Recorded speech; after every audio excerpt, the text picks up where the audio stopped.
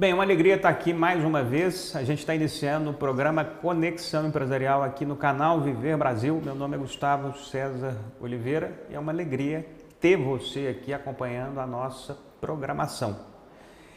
Nesse momento, o programa Conexão Empresarial, que tem o objetivo de conversar, de entender os principais executivos que a gente tem em Minas Gerais e, obviamente, no Brasil. Nesse momento, a gente vai ter a oportunidade de conversar e conhecer um pouco mais do Daniel Miranda, que é o novo CEO do BH Airport, o Aeroporto Internacional de Belo Horizonte.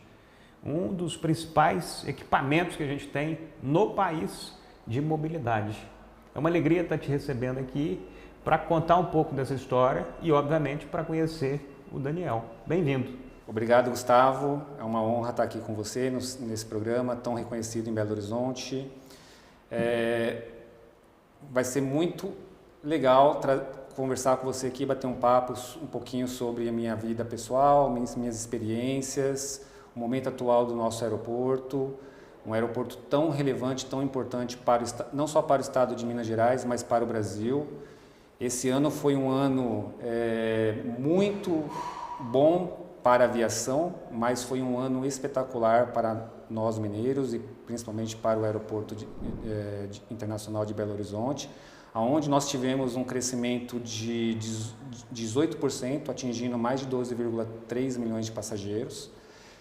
Esse crescimento, Gustavo, ele é 4 vezes mais do que a média de crescimento do mercado nacional. Então, é um resultado extraordinário que foi feito por várias pessoas, né, A gente tem uma parceria muito forte com o governo do estado de Minas Gerais, com as prefeituras de Belo Horizonte, Lagoa Santa e Confins, que tem trabalhado para impulsionar o turismo na região, trazer cada vez mais oportunidades de negócio para o nosso estado. Nós vamos falar muito sobre isso, nós vamos detalhar muito sobre esses movimentos e momentos que o BH Airport está passando, mas antes disso, o programa Conexão Empresarial, ele obviamente quer entender, quer saber um pouco sobre o CEO, sobre aquele representante, sobre aquele dirigente.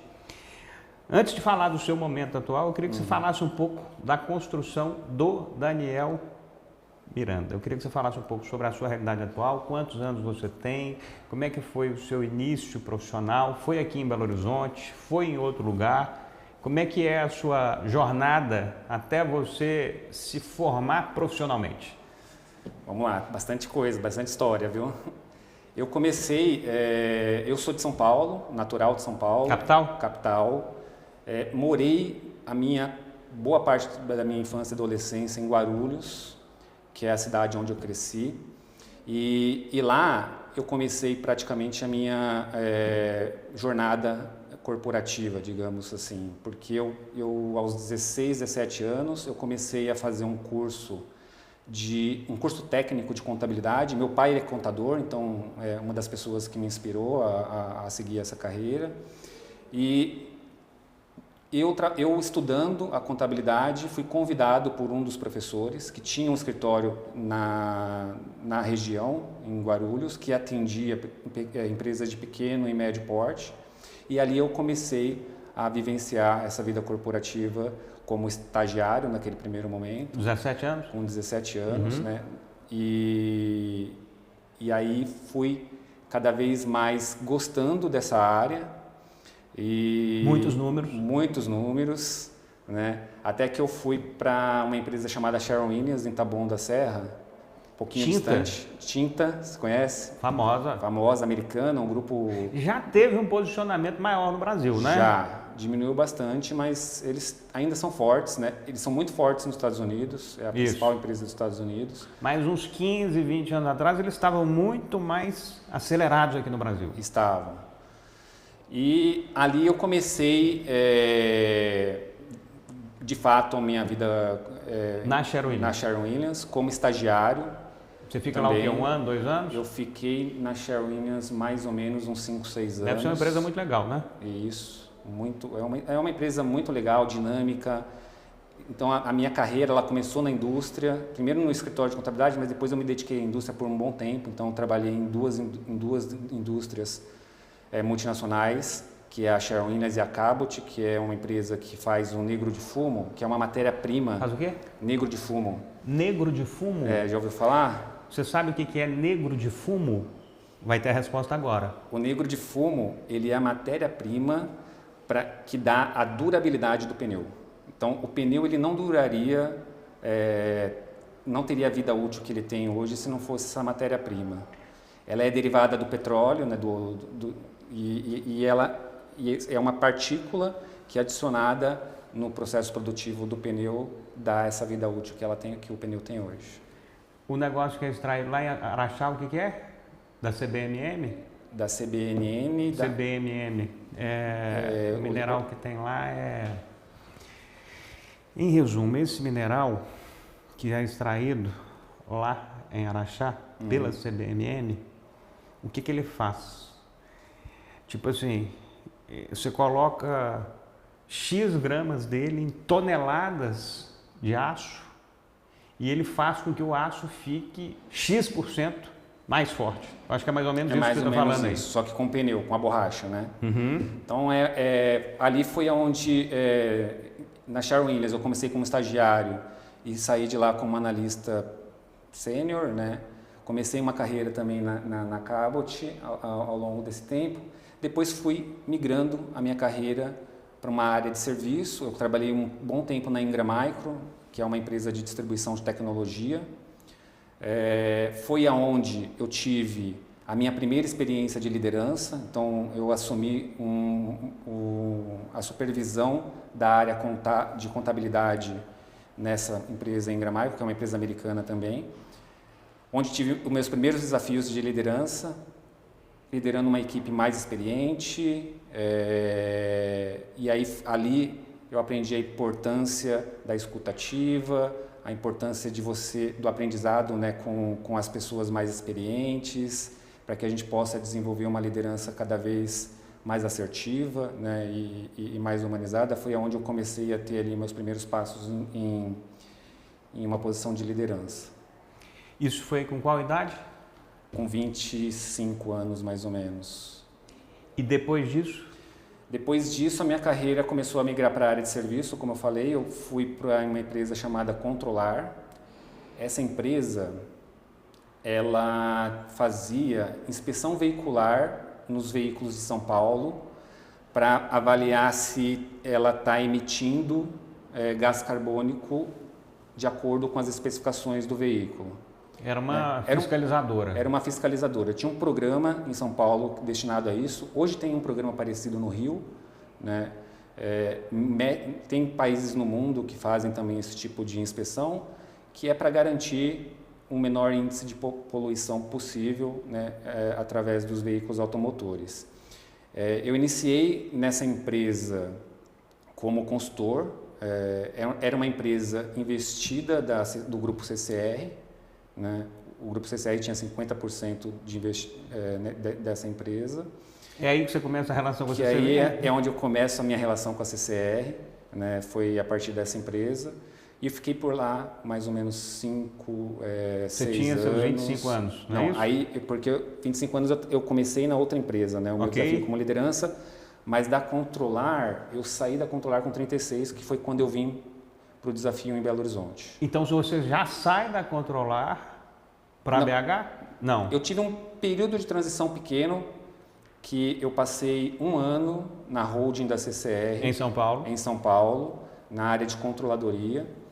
E aí, depois desse 1 ano, eu tive o convite para participar inicialmente para apoiar o projeto de implantação da concessão do aeroporto de Belo Horizonte, do BH Airport. E aí acabei gostando, né, e ficando por aqui. E aí começou a minha jornada aqui em Belo Horizonte, a minha jornada aqui nesse estado, que me acolheu muito bem. Né, e hoje eu brinco que, apesar de paulista, meu coração é mineiro. Antes da gente ir seguindo para assuntos mais corporativos, vamos entender um pouquinho sobre o seu equilíbrio dos pratos. Nesse momento que você, então, é chamado para vir para Belo Horizonte, como é que você faz com a sua família? Você tem filhos, você tem esposa, como é que é a sua realidade? Eu tenho uma esposa, Késia, e 2 filhos. uma filha de 26 anos, comecei cedo, né? É uma parte Bem cedo. No meio dessa jornada toda, né, eu tive compromissos paternais, então comecei fui pai com 19 anos. Né? Eu estou te pedindo para você trazer esse assunto para a gente entender esse equilíbrio. Como é que foi então? Você teve a sua primeira filha com 19 anos? Com 19 anos. E o Theo tem 11. E quando eu tive a Giovana, né, eu vivia um momento na minha vida que eu não tinha certeza do que eu queria para o futuro, né, antes da Giovana nascer. Ok. Aqueles momentos de incerteza que a gente sempre passa. Você estava onde profissionalmente, nesse momento de incerteza? Nesse momento de incerteza, eu tive um período de transição onde eu estava trabalhando em uma outra concessão, foi um período curto também, que era o PAS. Não sei se você lembra do programa de saúde que tinha em São Paulo, da época do Maluf, né? Eu tive um período ali que eu passei no PAS como consultor financeiro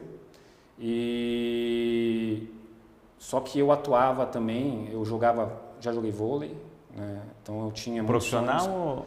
Eu cheguei a ser federado, né? Quase profissional. Quase profissional, jogava no time de Guarulhos, da cidade de Guarulhos, e foi no momento que a cidade de Guarulhos fez uma parceria com o Palmeiras, que inclusive é meu time do coração, e aí eu comecei a jogar vôlei pelo Palmeiras Guarulhos na época, por um período.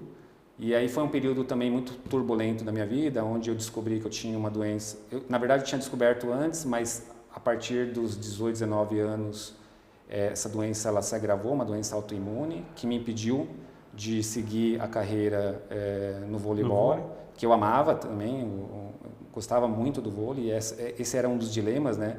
Sigo carreira corporativa, sigo em empresas ou vou para o esporte, né? Que era uma coisa que eu gostava muito. E como é que foi essa encruzilhada? Como é que você foi optando? Como é que você foi definindo? Foi muito o que acabou acontecendo na minha vida, né? Então, descobri que ia ser pai, então novas responsabilidades. O problema da saúde resolveu? O problema da saúde, ele você vai levando autoimune, aí eu tenho que só ir monitorando, né? Então eu tenho esse problema até hoje. Mas aí teve a doença também, que impediu um pouco de exercer esse tipo de atividade, e eu tive que redirecionar a minha carreira, que foi aí onde que eu comecei. Na verdade, eu já estudava faculdade, eu tive que parar a faculdade por um ano, porque adolescente praticamente, né, 18, 19 anos, vivia com a preocupação de ser pai, e aí tive que parar. Sua juventude adulta aí não foi brinquedo, não. Não foi, não. Tive que parar por um ano e depois retornei, já com direcionamento de carreira, seguindo a área contábil. Fiz ciências contábeis na Universidade de Mogi das Cruzes. E durante essa faculdade foi onde eu comecei o estágio na Sherwin-Williams, que foi a minha primeira experiência efetiva no mundo corporativo. E aí você vai avançando, chega-se ali aos 35, 36 anos, é que você tem um convite formal da CCR, depois de já ter passado ali um ano em São Paulo. Exato. Você tem um convite para vir para Belo Horizonte. Exato.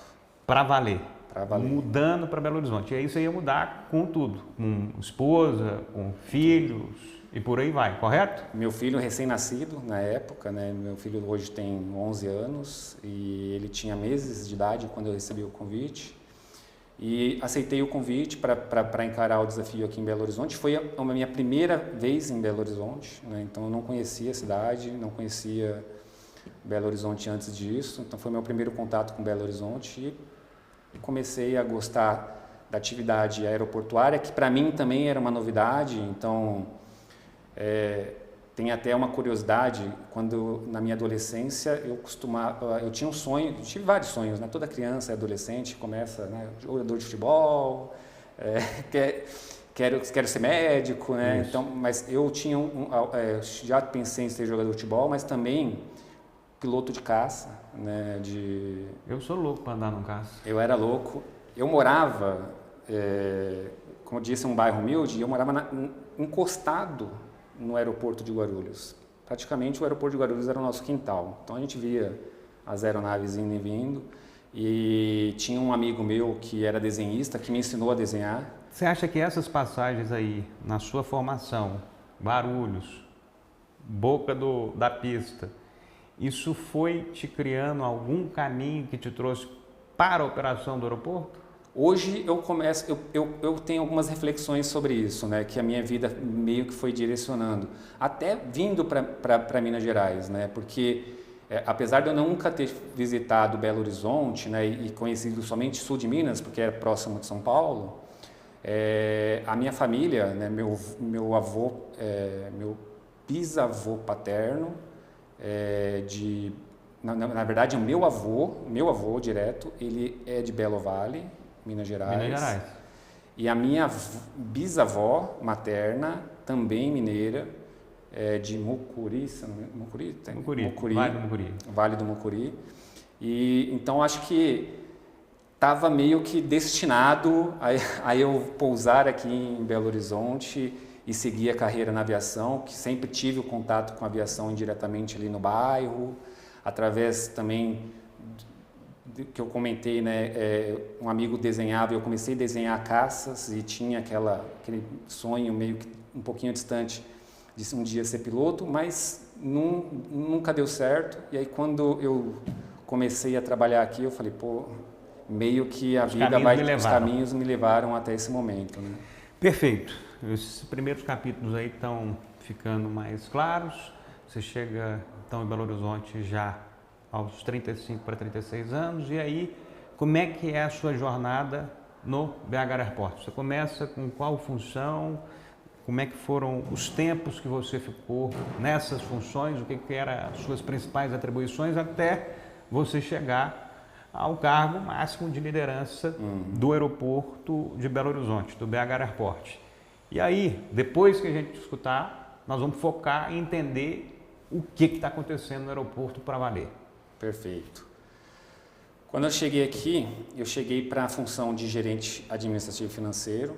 Então, eu já ocupei uma cadeira de liderança, já no início. Diretor financeiro? Gerente. Gerente financeiro. Eu era gerente financeiro.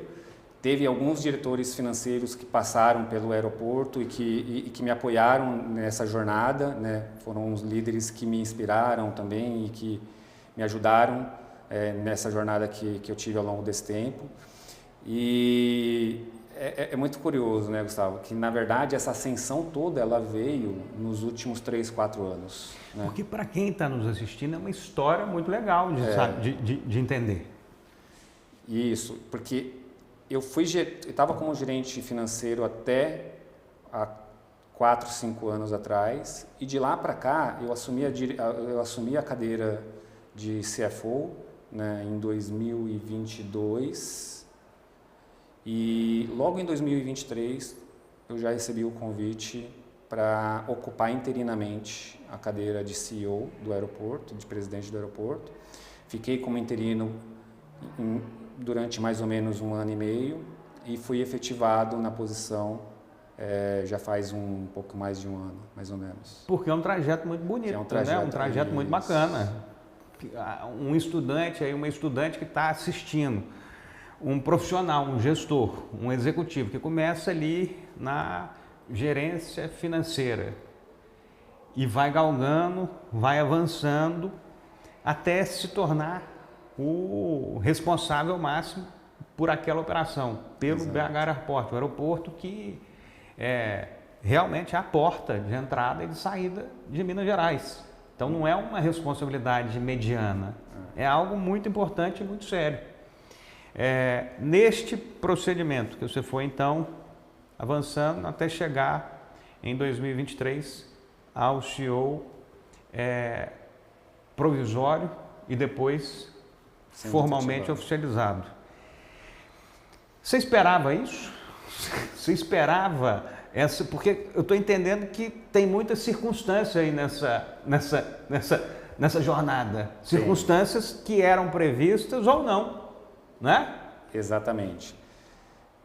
Excelente pergunta, viu, Gustavo? Porque no meu plano, na verdade, eu tinha uma ambição de chegar à cadeira de CFO, né? Então eu estava planejando a minha carreira para isso. Então participava muito do IBF Minas, né? e fazia todo o meu networking voltado para essa função. Minas é Instituto Brasileiro de Economia e Finanças, né? Finanças, exatamente. E aí eu estava muito direcionado a seguir essa carreira e não vislumbrava, né, sentar numa cadeira de CEO, numa cadeira de presidente de uma empresa do tamanho, né, do BH Airport, com a complexidade da operação que a gente tem aqui, né, e da relevância e importância que ela tem para o estado de Minas Gerais. Então, não foi algo planejado, foi algo que surgiu a oportunidade, né, que aí de novo, né, às vezes a gente cai em alguns dilemas, então, pô, será que eu estou preparado para esse desafio, para o tamanho desse desafio? Você, né, pensava assim, mas quem estava te escolhendo, assim, certamente não. Exatamente. Então, às vezes a gente duvida de nós mesmos, né? Então as pessoas acabam acreditando mais na gente do que nós mesmos. Então, eu passei por um dilema desse, pô, será que eu vou caber ali? Eu vou caber ali, né, nessa cadeira? Então, e aí eu fui percebendo que a você já função... tinha 100% da cadeira junto com você. Exatamente, né? E outra, a função estava muito alinhado ao que eu acredito, ao propósito de vida, que é ajudar as pessoas, né, a descobrir o seu potencial, ter um impacto positivo na vida das pessoas, e eu acredito que essa cadeira ela me proporciona isso mais do que uma cadeira de um CFO. É claro que toda cadeira tem sua importância, e eu comecei a perceber e gostar daquilo que eu estava exercendo, daquilo que eu estava fazendo e assumindo mais responsabilidades, com certeza. Todo mundo fala que a cadeira do CEO é uma cadeira solitária, né? É uma função solitária, mas eu não vejo dessa forma. Eu conto muito com as pessoas que estão ao meu redor, com as pessoas, com o meu time. Eu acho que a decisão ela é solitária, né? A decisão, às vezes, ela é solitária, mas se você conseguir conduzir isso de uma outra forma, você não se sente tão solitário como deveria em muitas situações. A sua decisão está vinculada a outras áreas. Exatamente. Você sente e percebe isso. Tá muito bacana. Eu acho que essas circunstâncias da vida realmente são muito loucas, inesperadas. Exato. A gente não tem controle sobre elas. Uhum. E, enfim, é uma caminhada muito bonita. E a partir daí, beleza. Então, o convite foi oficializado. O que representou este dia na sua jornada de vida? Este dia da oficialização, não da passagem ali interina. Na hora que o cara, ou as pessoas, alguém decidiu. Na hora que essa pessoa falou, então o Daniel vai ser o nosso CEO do BH Airport. Como é que foi essa notícia no seu íntimo? Como é que foi essa notícia para o profissional, para o gestor, para o que queria ser CFO e virou CEO? Passa muito por um pouquinho do que eu falei, né? A incerteza, né? Então, no primeiro momento, aquela incerteza se eu estava preparado para aquele desafio, né? Comecei a refletir muito também sobre o papel, né, e dessa função e como que eu poderia contribuir para aquele momento que a empresa estava passando, que apesar de ter bons resultados operacionais, a empresa vinha de consecutivos resultados financeiros abaixo do esperado, muito abaixo do esperado, e aí eu tive que fazer muita reflexão sobre como é que aquilo iria impactar a minha vida. E principalmente... E como é que eu vou mudar isso? Como é que eu vou mudar? Porque é uma transformação, inclusive, pessoal, né, profissional, porque eu tinha o costume de ficar muito nos bastidores da companhia, né, fazendo lá o meu papel, mas muito no back-office, né? E a gente sabe que quando a gente migra para essa cadeira, uma cadeira mais institucional, uma cadeira que você tem que estar mais presente, tem que estar mais visibilidade, e como é que eu me comportaria nesse tipo de situação, como é que isso impactaria a minha vida, né, profissional e pessoal, né? Então tive muitas reflexões naquele momento, foi um momento muito bom, né, porque é muito bom quando você é reconhecido, total, né, e pelo trabalho que você vem fazendo, mas também é um momento de refletir sobre qual seria a minha nova versão para estar assumindo aquela cadeira, porque temos que mudar, a mudança faz parte da vida, é cíclica, e eu tive que fazer algumas adequações importantes no meu estilo de liderança, no meu estilo de gestão, para que a gente pudesse ter resultados impactantes para o negócio. Perfeito, eu acho que essa primeira etapa está fantástica. Agradeço por cada colocação que você fez aqui, explicando e contando para quem está nos assistindo essas passagens. Nós vamos fazer um breve intervalo e aí sim a gente já vai voltar focados em falar sobre esse novo momento do Daniel e principalmente o que está acontecendo no BH Airport, o que aconteceu nesse 2024, que finalizou agora, e o que a gente pode esperar de novos serviços, de novos destinos, do que vai acontecer no Aeroporto Internacional de Belo Horizonte nesse 2025. Em alguns segundos, a gente está de volta com o Conexão Empresarial aqui no canal Viver Brasil.